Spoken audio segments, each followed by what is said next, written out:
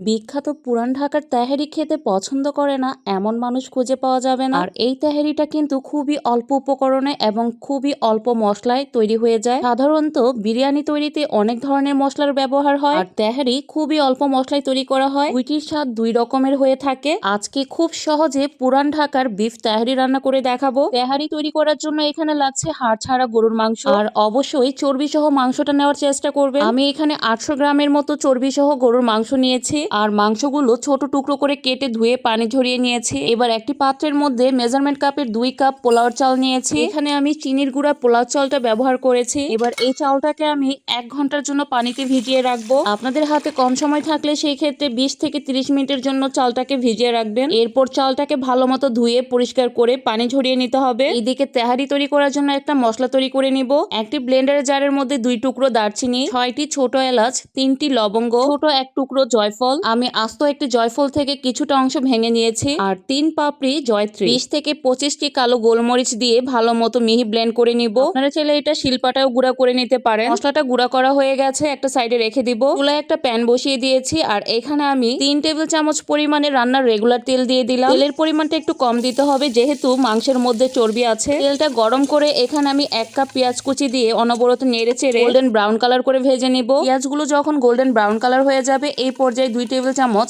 আদা রসুন বাটা দিয়ে দিলাম। এবার নেড়ে চেড়ে একটুখানি ভেজে নেব। পেঁয়াজের সাথে আদা রসুনটা একটু ভেজে এর মধ্যে পরিমাণ মতো পানি দিয়ে দিব। সাথে দিয়েছি স্বাদ মতো লবণ, আর যে মশলাটা গুঁড়ো করে রেখেছিলাম সেই মশলাটা দিয়ে কিছুক্ষণ মশলাটাকে কষিয়ে নিব। 1 মিনিটের মতো মশলাটাকে কষিয়ে নিয়েছি। এরপর 8 থেকে 10টি কাঁচামরিচ আমি মাঝখান থেকে ভেঙে দিয়েছি, তবে ঝালটা আপনাদের টেস্ট মতো কমিয়ে বাড়িয়ে নিতে পারেন। সাথে দিয়েছি 2 টেবিল চামচ টক দই। এরপর মশলাটাকে আরো 2 মিনিটের মতো কষিয়ে নিয়েছি। কষানোর পর যখন দেখবেন তেলটা উপর থেকে ভেসে উঠেছে, এই পর্যায়ে ধুয়ে রাখা মাংসগুলো দিয়ে দিলাম। মশলার সাথে মাংসটা নেড়ে চেড়ে ঢাকনা দিয়ে ঢেকে কিছুক্ষণ রান্না করে নিব। এই সময় চুলার আঁচটা লো টু মিডিয়ামে রাখতে হবে। দেখুন মাংসের গা থেকে অনেকটা পানি ছেড়ে দিয়েছে। এই পর্যায়ে ঢাকনা তুলে 2 টেবিল চামচ গুঁড়া দুধ দিয়ে দিলাম। নেড়ে চেড়ে ভালো মতো মিশিয়ে 1 চা চামচ কেওড়া জল দিয়ে দিলাম, আর খুবই অল্প পরিমাণে টেস্টিং সল্ট দিয়েছি। চাইলে টেস্টিং সল্ট স্কিপ করতে পারেন, তবে দিলে টেস্টটা ভালো আসে। মাংসগুলো ভালো মতো কষিয়ে এতে পরিমাণ মতো পানি দিয়ে ঢাকনা দিয়ে ঢেকে সিদ্ধ হতে দিয়েছি। মাঝে মাঝে ঢাকনা তুলে নেড়ে চেড়ে দিয়েছি। মাংসগুলো খুব ভালো মতো সিদ্ধ করে নিয়েছি, আর ঝোলটাও একদম মাখো মাখো হয়ে গেছে, মানে উপর থেকে তেল উঠে গেছে। এই পর্যায়ে ধুয়ে রাখা পোলার চাল দিয়ে মাংসের সাথে কিছুক্ষণ কষিয়ে নিয়েছি। এবার পরিমাণ মতো ফুটন্ত পানি দিয়ে দিলাম। সাথে 5 থেকে 6টি আস্ত কাঁচামরিচ, 3-4টি আলু বোখরা, 10 থেকে 12টি কিশমিশ দিয়ে নেড়ে চেড়ে ঢাকনা দিয়ে ঢেকে দিব। প্রথম 5 মিনিটের জন্য আমি দমে রেখেছি। এই সময় চুলার আঁচটা লো টু মিডিয়ামে থাকবে। এরপর ঢাকনা তুলে 2 টেবিল চামচের মতো ঘি দিয়ে দিলাম। এখানে খাঁটি ঘিটা ব্যবহার করার চেষ্টা করবেন। এবার নেড়ে চেড়ে আবারও কিছুক্ষণ দমে বসিয়ে রাখবো। 10 থেকে 15 মিনিটের মতো আমি দমে রেখেছি,